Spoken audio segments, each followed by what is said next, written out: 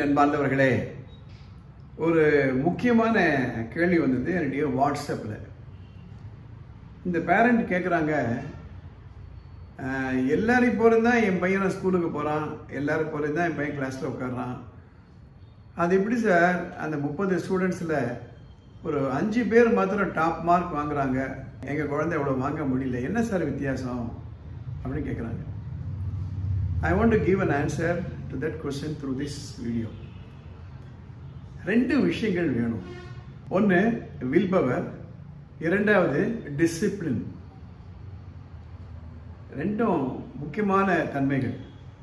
Will பவர்னா இதனை செஞ்சு முடிப்பேன், எது நேரினும் இடர்பட மாட்டேன், எந்த தடங்கள் இருந்தாலும் அதை நான் சேலஞ்சை எடுத்துப்பேன்.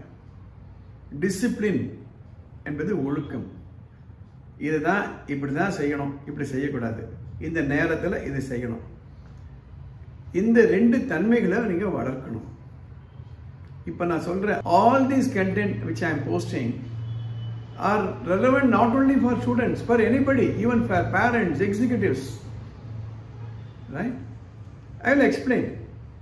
இந்த வில் பவர் டெவலப் பண்ணணும், டிசிப்ளினை டெவலப் பண்ணணும்னா 3 விஷயங்களை நீங்கள் நோட் பண்ணிக்கணும். ஒன்று, ஃபினிஷ் வாட் யூ பிகின். ரெண்டாவது, do little bit better than what you think you can. மூணாவது, do little bit more than what you think you want to do. 3 விஷயங்கள். ஒன்று, ஃபினிஷ் வாட் யூ பிகின். எது செஞ்சாலும் அதை complete பண்ணணும். This is called completion habit. இந்த completion ஹேபிட்ன்றது ஒரு சின்ன எக்ஸாம்பிள் நான் கொடுக்குறேன்.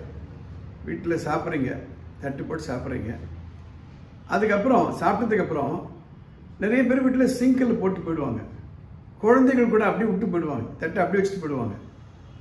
அதை எடுத்து வாஷ் பண்ணி தொடச்சி வைக்கணும். This is what is called completing the eating habit. காலையில் பெட்டை விட்டு எழுந்திருக்கீங்களா, நீட்டாக அந்த போர்வையெல்லாம் மடித்து தலையணை எப்படி இருக்கணுமோ அந்த மாதிரி வச்சுட்டு நீட்டாக வச்சுட்டு போகணும். This is finishing what you started. What you started sleeping. Your bedroom is very very important. எப்படி நீங்கள் அதை வச்சுக்கிறீங்க. Your kitchen is very very important. சமையல் பண்ணுறதுக்கு முன்னாடி எப்படி இருந்ததோ, I hope you maintain your kitchen neat நினைக்கிறேன், நம்புகிறேன். அது மாதிரி தொடச்சி வச்சுட்டு போகணும். Number 2, do little bit better than what you think you can do. போன முறை என்ன பண்ணீங்களோ அதை விட பெட்டர். ஃபார் எக்ஸாம்பிள், ஒரு ஸ்டூடெண்ட் ஒரு ஹோம்ஒர்க் பண்ணுறாருன்னா do better than what you did. ஒரு எக்ஸாம்பிளுக்கு படிக்கிறீங்க, do a little bit better than what you did for the previous exam. Right? மூணாவது, do little bit more than what you did. Little bit more than what you do. That means improvement.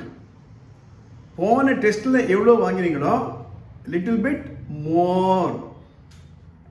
15 minutes hand right பண்றீங்களா, 20 minutes ஆக்கி பாருங்க. Meditation பண்றீங்களா, 20 minutes 25 minutes பண்ணி பாருங்க.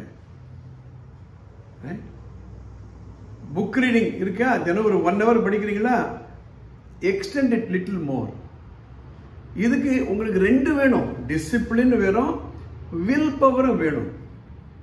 முதல்ல சொன்ன எக்ஸாம்பிளில் சாப்பிட்றோம், அந்த தட்டை அப்படியே சிங்கில் போட்டு போகிறது, அவசரமாக இருக்கு, நான் போனோம், ஆஃபீஸுக்கு போனோம், நேரம் ஆயிடுச்சு. Start little earlier. They are not only good manners but also will improve your way of life.